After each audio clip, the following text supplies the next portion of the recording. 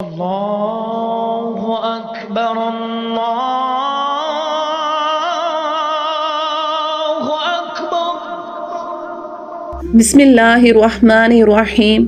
اللہم صلی علی محمد وعلی آل محمد۔ ربی اشرح لی صدری ویسر لی امری واحلل عقدۃ من لسانی یفقہوا قولی۔ اللہم ارنا الحق حقا وارزقنا اتباعہ وَأَرِنَا الْبَاطِلَ بَاطِلًا وَارْزُقْنَا اجْتِنَابَهَ۔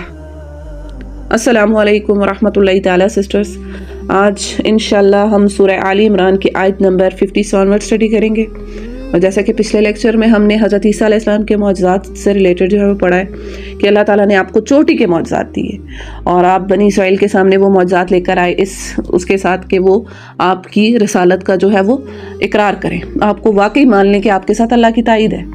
تو اب اس سے آگے جو ہے وہ ہم پڑھیں گے، آج کے لیکچر میں ہم پڑھیں گے کہ جب آپ مسلسل بنی اسرائیل کو جو ہے وہ دعوت حق دیتے رہے اور انہوں نے مسلسل اس چیز کا انکار کیا، تو پھر آپ نے ایٹ دی اینڈ کہہ دیا کہ کون ہے جو میری مدد کرے گا۔ جیسے ایک بندہ ہو، وہ مسلسل کچھ لوگوں کو جو ہے وہ سمجھاتا رہے اور مسلسل ان کو جو ہے وہ پڑھا رہا ہے، ان کو ٹیچ کر رہا ہے، ان کو پریچ کر رہا ہے، لیکن وہاں سے کوئی ٹس سے مس نہیں ہو رہی، تو پھر وہ فائنل کال یہ دیتا ہے کہ کون ہے جو تم میں سے میری مدد کرے گا، کوئی نکلے گا، کوئی ہے بھی تم میں سے۔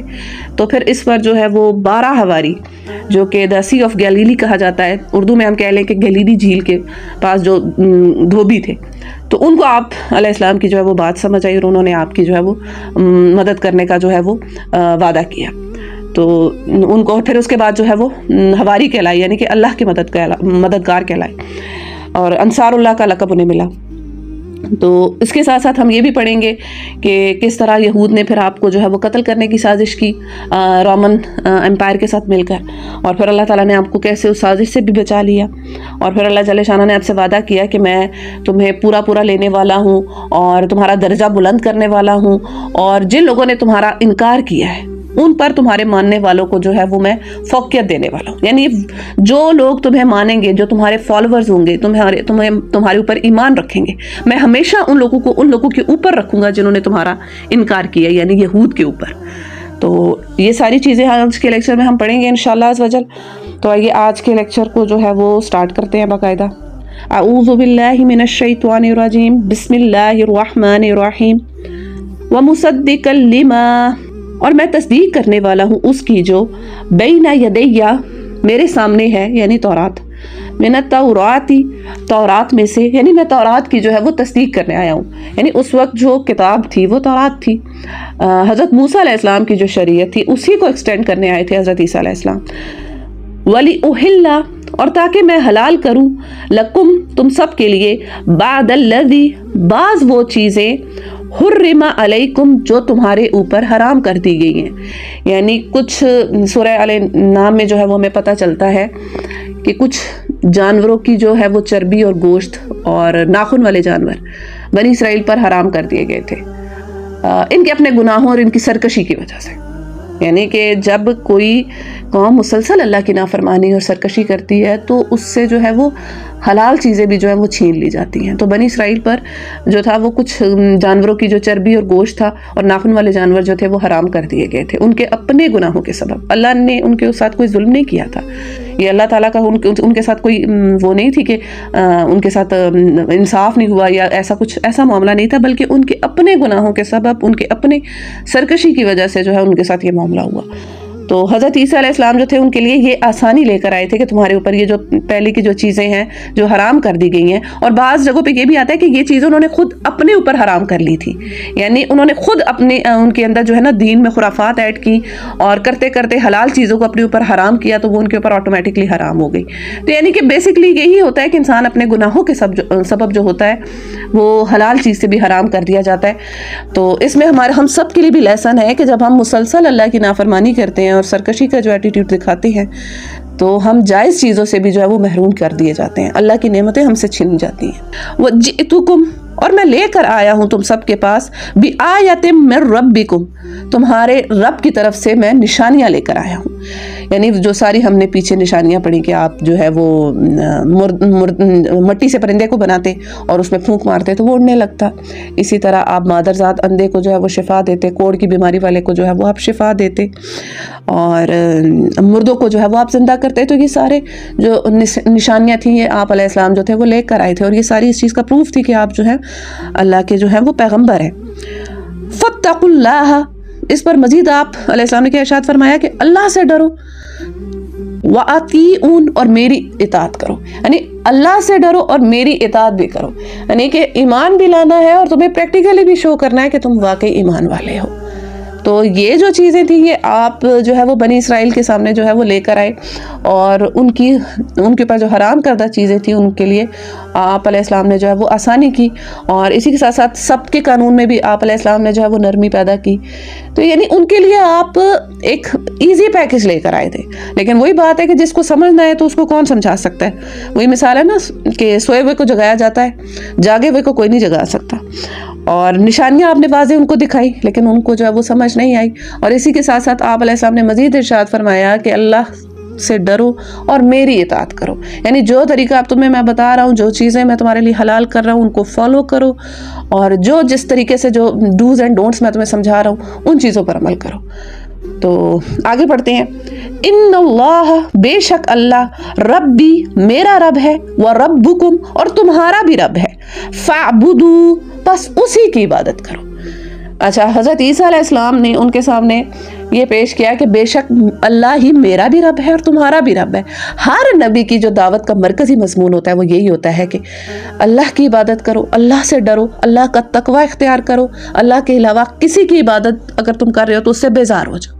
ہر نبی کی عبادت دعوت کا مرکزی جو ہوتا ہے نا, سینٹرل پوائنٹ, وہ یہی بات ہوتی ہے. تو حضرت عیسیٰ علیہ السلام نے بھی جو ہے وہ یہی چیز جو ہے ان کے سامنے رکھی, اور اس کے ساتھ مزید ارشاد فرمایا ھذا صراط مستقیم, کہ یہی سیدھا راستہ ہے, یہی صحیح چیز ہے کہ تم اپنے رب کی عبادت کرو اور اپنے رب ہی سے ڈرو اور اپنے رب کا تقوی اختیار کرو.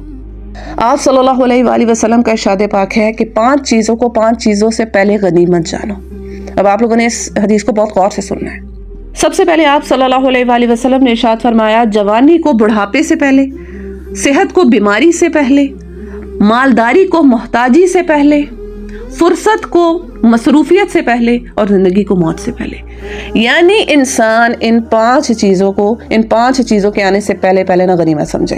یعنی جوانی کے اندر اپنے رب کو پہچانے, اپنے رب کی عبادت میں لگ جائے. یہ نہ ویٹ کرے کہ میں بوڑھا ہوں گا تو حج پہ جاؤں گا, اتنی میری ایج ہوگی, ابھی تو میری ایج ہی نہیں ہے جی, ابھی کیا میں نے حج پہ جانا اور یہ روک پالنا اور قرآن کھولنا اور یہ سارے کام, ابھی تو میری زندگی, ابھی تو میں جوان ہوں, میرے اندر ابھی تو زندگی کی اتنی امنگ ہے.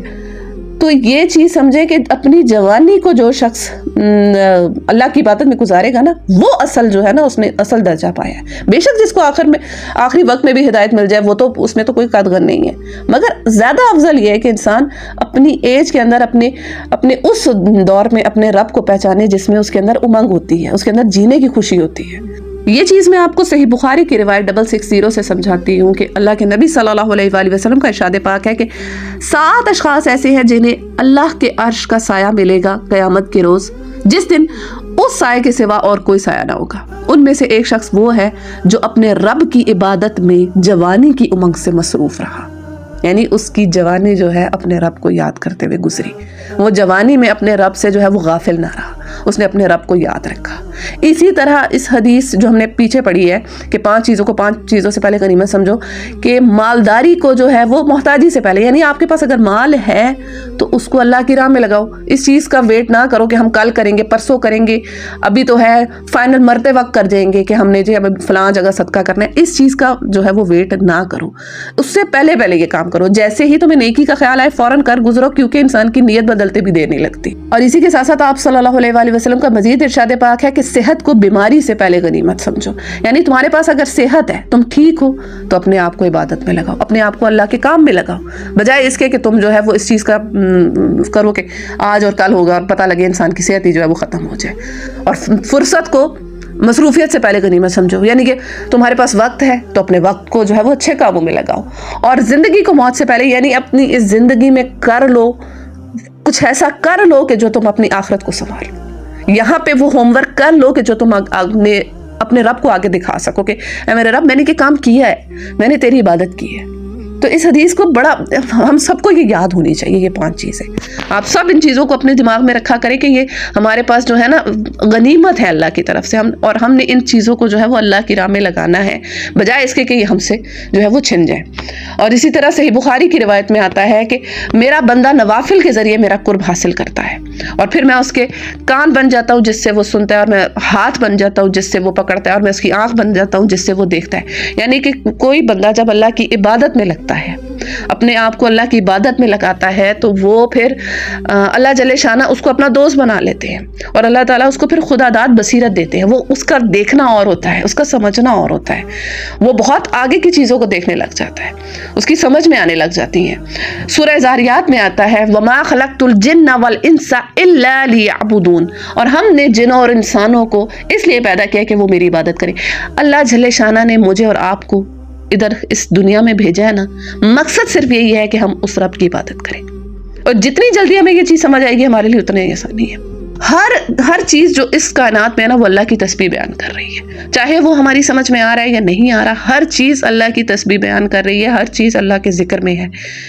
یہ میری اور آپ کی ذمہ داری ہے کہ اللہ تعالیٰ نے ہمیں اپنا خلیفہ بنا کر بھیجا ہے، اللہ تعالیٰ نے ہمیں جو ہے وہ اشرف المخلوقات بنا کر بھیجا ہے، تو ہم اپنے آپ کو اللہ کی عبادت میں لگائیں۔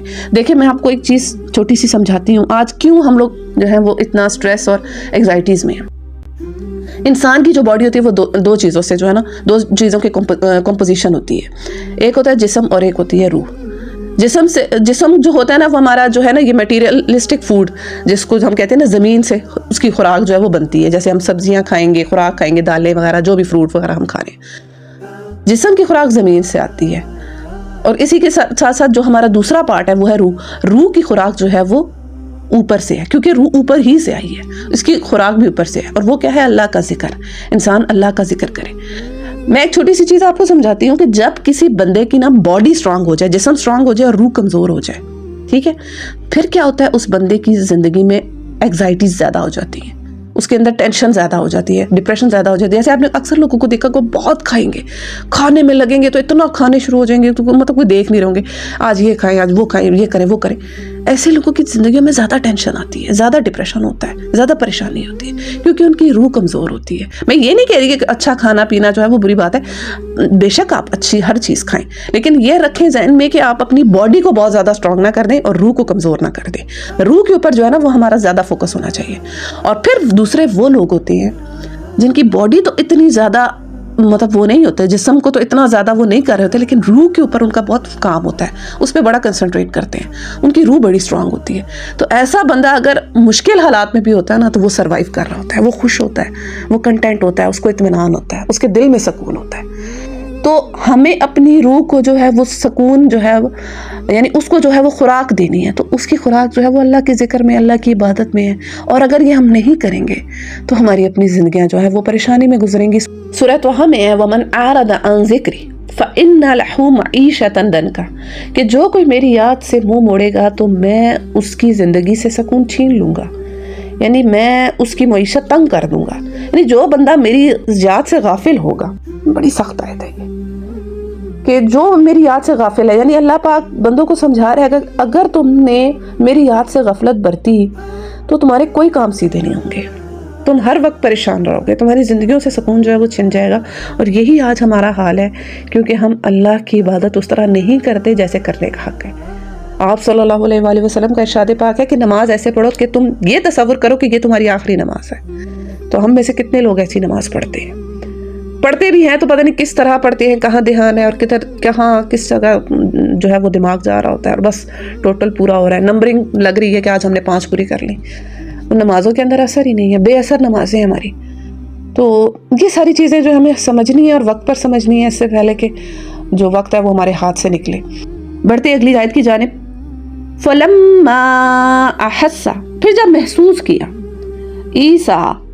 عیسیٰ نے منہم الکفر، ان سے کفر یعنی بنی اسرائیل سے کفر، یعنی جب حضرت عیسیٰ علیہ السلام نے بنی اسرائیل کا کفر دیکھ لیا کہ یہ تو ماننے والے نہیں ہیں، یہ تو اپنی ضد پر پکے ہیں، پھر اس پر مزید حضرت عیسیٰ علیہ السلام نے کیا ارشاد فرمایا، قال من انصاری اللہ، کہ کون ہے جو میرا مددگار ہے اللہ کی طرف، یعنی کون ہے جو اللہ کے کام میں میری مدد کرے گا، کون ہے جو دعوت حق کا پیغام پہنچانے میں میری ہیلپ کرے گا، کون ہے جو اس کام میں میرے ساتھ جو ہے وہ ہیلپر بنے گا۔ تو پھر کیا ہوا؟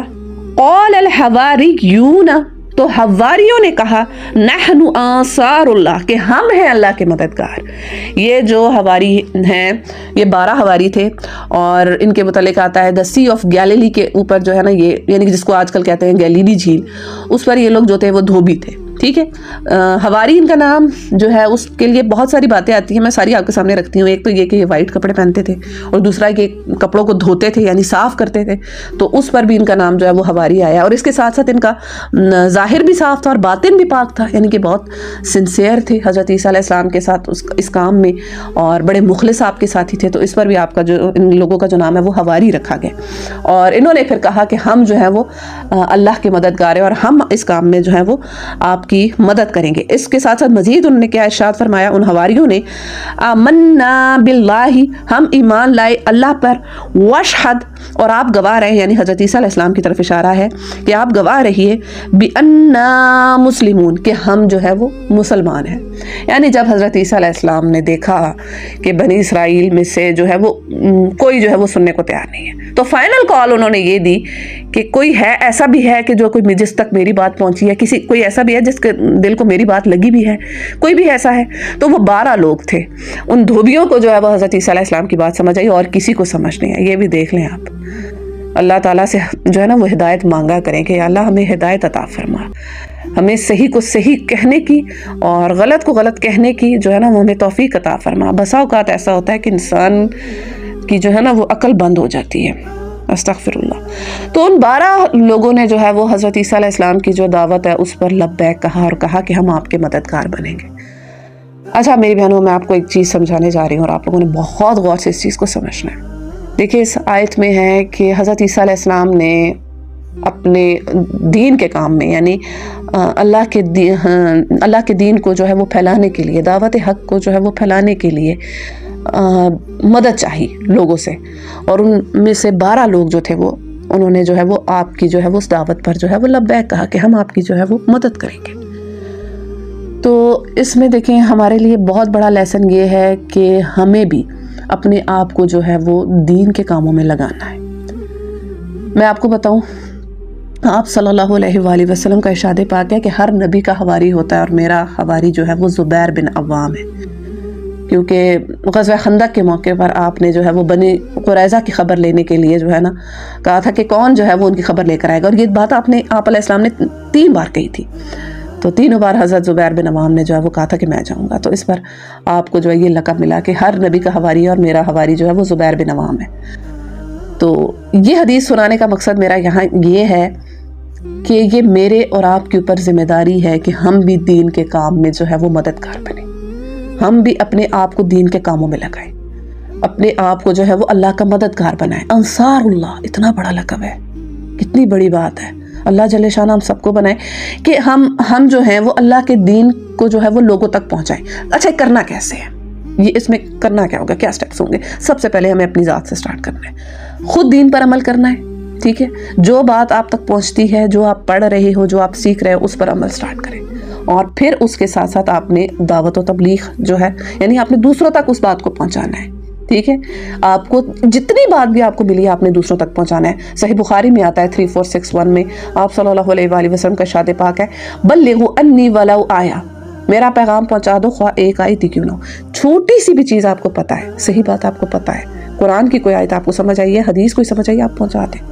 کسی بھی طرح سے زبان سے سمجھا سکتے ہیں، قلم سے سمجھا سکتے ہیں، کوئی ایڈیٹنگ کرنی آتی ہے آپ کو، کسی بھی طریقے سے آپ کے اندر کوئی اسکل ہے، آپ جو ہے وہ اگلوں تک پہنچائیں۔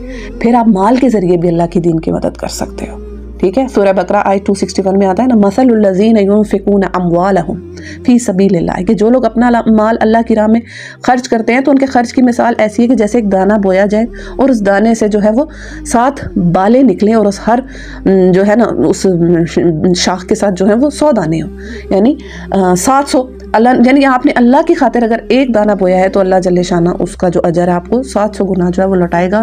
واللہ یضاعف لمن یشاء، اور اس سے زیادہ بھی اللہ چاہے تو بڑھا سکتا ہے.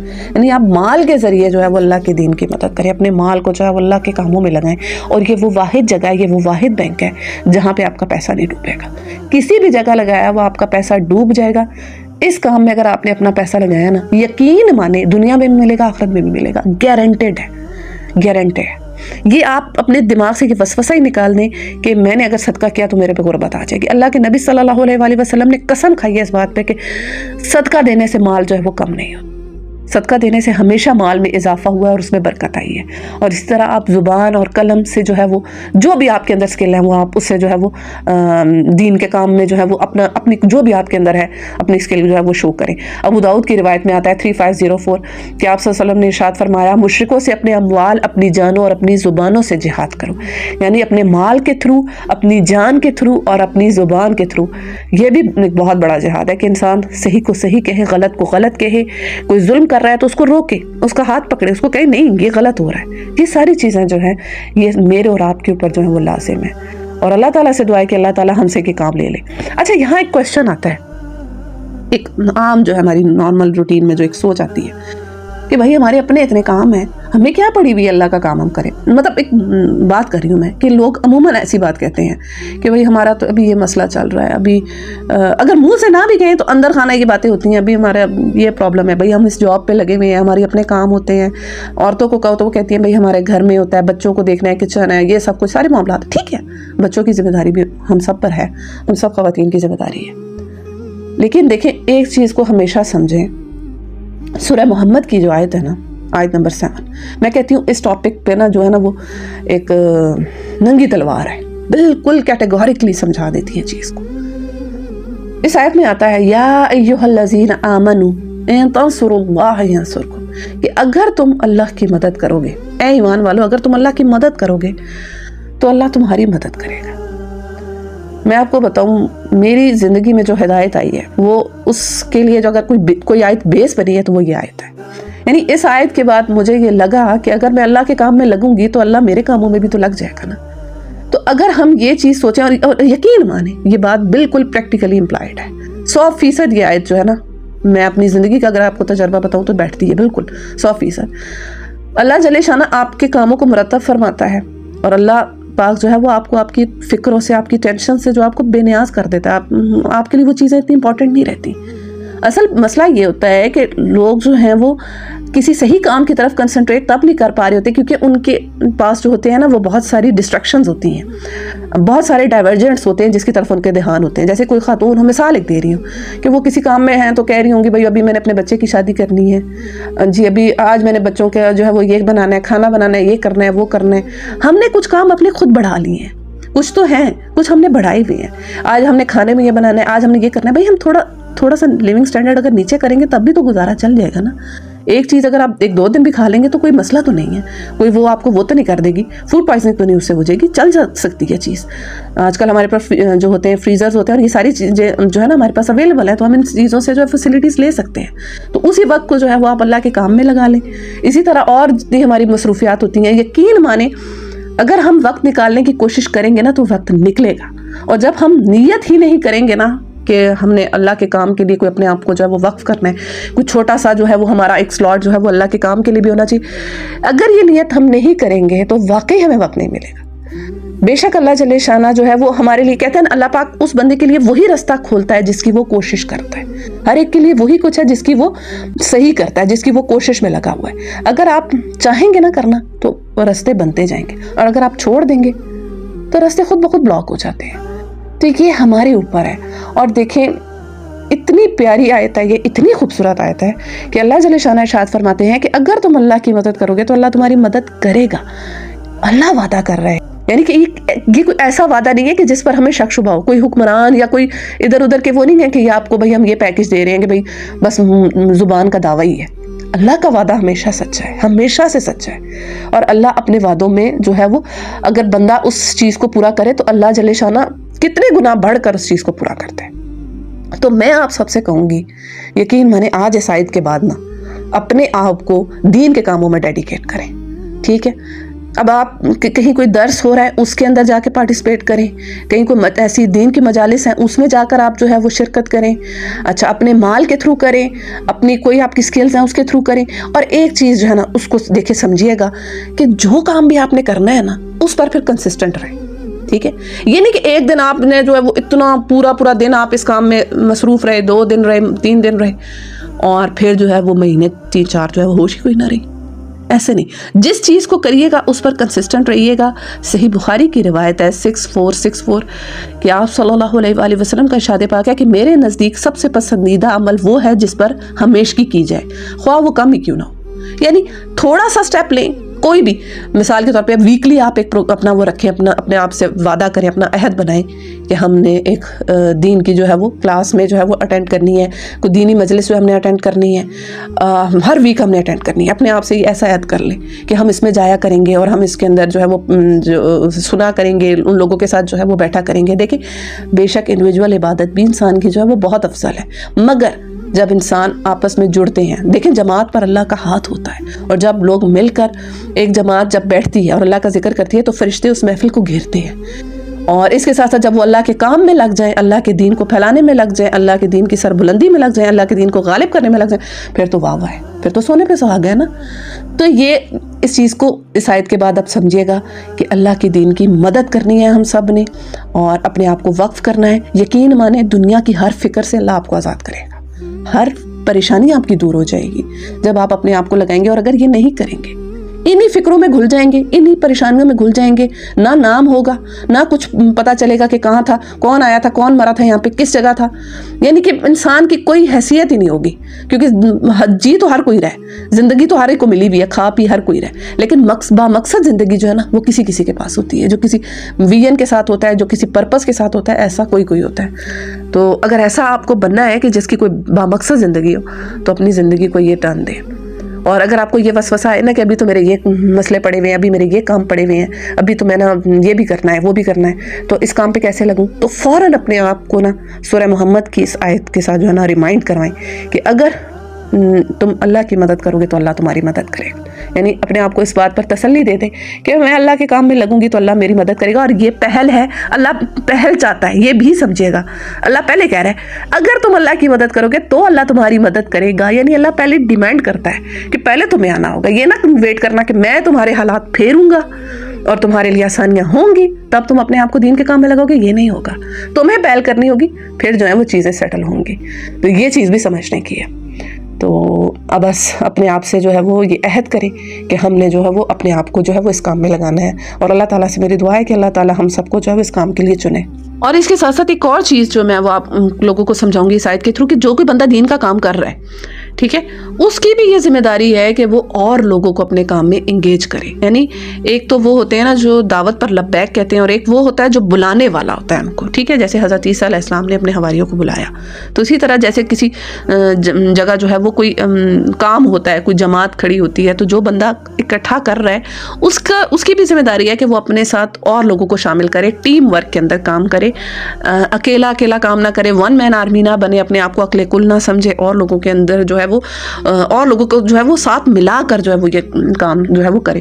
اس سے کیا ہوگا کہ دیکھیں، جب میں آپ کو ایک بات سمجھاؤں، جو ورڈ میں ہے نا اس میں برکت نہیں ہوتی، اور جو ورڈ ہم ہے نا اس میں برکت ہوتی ہے. یعنی کہ جس چیز میں آپ اوروں کو بھی شامل کر لیتے ہو نا تو اس کام کے اندر برکت آ جاتی ہے، اور اس کام کے اندر اللہ کا ہاتھ ہوتا ہے. تو اپنی آپ کو کوئی کسی ایسی جگہ پہ آپ کام کر رہے ہو کہ کوئی دعوت کا کام آپ کر رہے ہو اور لوگوں کو بلا رہے ہو، تو آپ کی یہی نیت ہونی چاہیے کہ ہم نے جو ہے وہ ٹیم ورک میں کام کرنا ہے، ہم نے لوگوں کو جو ہے وہ ملا کر جو ہے وہ کام کرنا ہے، اور اس کام کو جو ہے وہ بڑھانا ہے. صرف اپنے تک جو ہے یا اپنی ذات ہی کو صرف اور صرف وہ جو ہے وہ کرنے کے لیے کہ ہمارا ہی جو ہے وہ رہے اور ہمارے ہی چرچا ہو رہا ہو اور ہماری باتیں ہو رہی، ایسا بالکل انسان کے اندر ایٹیٹیوڈ نہیں ہونا چاہیے. بلکہ اس کا یہ رویہ ہونا چاہیے کہ میں نے اللہ کے دین کو پھیلانا ہے، اور اس میں جو ہے وہ جتنا جو ہے وہ جہاں سے جس طرح سے مدد مل سکے لوگوں سے لینی ہے. ہو سکتا ہے کہ ایک چیز آپ کے دماغ میں نہ آ رہی ہو لیکن کسی دوسرے کے دماغ میں اس سے اچھا آئیڈیا آ رہا ہو، کسی دوسرے کے اندر وہ اسکل آپ سے زیادہ بہتر ہو، تو اس کو جو ہے وہ کام جو ہے وہ سونپا جائے. تو یہ ساری چیزیں جو ہیں وہ اس آیت سے جو ہے وہ ہمیں سمجھنی ہے. اچھا جی، بڑھتے ہیں اگلی آیت کی جانب. ربنا، اے ہمارے رب، آمنا، ہم ایمان لائے، بما، اس پر جو انزلتا، اتارا تو نے، واتبعنا الرسول اور ہم نے اتباع کی رسول کی، فاکتبنا مع الشاہدین پس تو لکھ لے ہمیں مع الشاہدین گواہوں کے ساتھ. یعنی یہ حواریوں نے جو ہے وہ دعا کی ہے، اے ہمارے رب ہم ایمان لائے اس چیز پر جو تو نے اتاری ہے، یعنی جو کتاب تو نے اتاری ہے، جو تو نے احکام اتارے ہم اس پر ایمان لائے ہیں، اور اس کے ساتھ ساتھ ہم نے رسول کی اتباع بھی کی ہے. اچھا جی، ایک اور چیز جو ہے نا وہ اس آیت سے جو ہے وہ ہمارے لیے ہے کہ صرف اور صرف زبانی ایمان لانا کافی نہیں ہے، بلکہ آپ کو عملاً جو ہے وہ رسول کی اطاعت کرنی ہوگی، وقت کے پیغمبر کی آپ کو اطاعت کرنی ضروری ہے. جیسے ہمارے ہاں کچھ لوگ کہتے ہیں نا کہ بھائی کلمہ تو ہم پڑھے ہوئے ہیں نا، کلمہ گو تو ہے نا، کلمہ تو پڑھا ہے نا، تو یہ چیز جو ہے وہ کافی نہیں ہے. انسان پریکٹیکلی بھی جو ہے وہ اس کا جو ہے وہ مسلم ہونا جو ہے وہ نظر آئے کہ وہ واقعی جو ہے وہ مسلمان ہے، وہ واقعی اسلام کا جو ہے وہ پیروکار ہے. تو یہ چیز جو ہے یہ سمجھنی ہے. فاکتبنا مع الشاہدین اور ہمیں لکھ دے گواہوں کے ساتھ. تو دیکھیں اللہ تعالیٰ نے ان کی اس چیز کو اتنا پسند کیا کہ اللہ تعالیٰ نے ان کی گواہی جو ہے وہ قرآن میں درج کی ہے، کہ اللہ تعالیٰ نے بتا دیا کہ بھائی انہوں نے اتنی پیاری دعا کی تھی اور وہ جو ہے وہ میرے کتنے جو ہے وہ خاص اور چنیدہ بندے تھے. تو جو اللہ کے لیے خالص ہوتا ہے نا تو پھر اللہ تعالیٰ اس کو رنگ دیتا ہے. اللہ تعالیٰ پھر اللہ جل شانہ سے زیادہ بہتر اجر دینے والا کون ہے. اب آگے جو آیات ہیں وہ انشاءاللہ ہم نیکسٹ لیکچر میں کور کریں گے، جس میں ہم پڑھیں گے کہ کس طرح یہودیوں نے جو ہے وہ چال چلی آپ علیہ السلام کے خلاف، اور پھر اللہ جل شانہ نے جو ہے وہ اس کی کیسے جو ہے وہ تدبیر کی، اور ان کی جو چال ہے وہ ساری ناکام ہو گئی. تو یہ ساری جو چیزیں ہیں یہ ہم اگلے لیکچر میں انشاءاللہ کور کریں گے.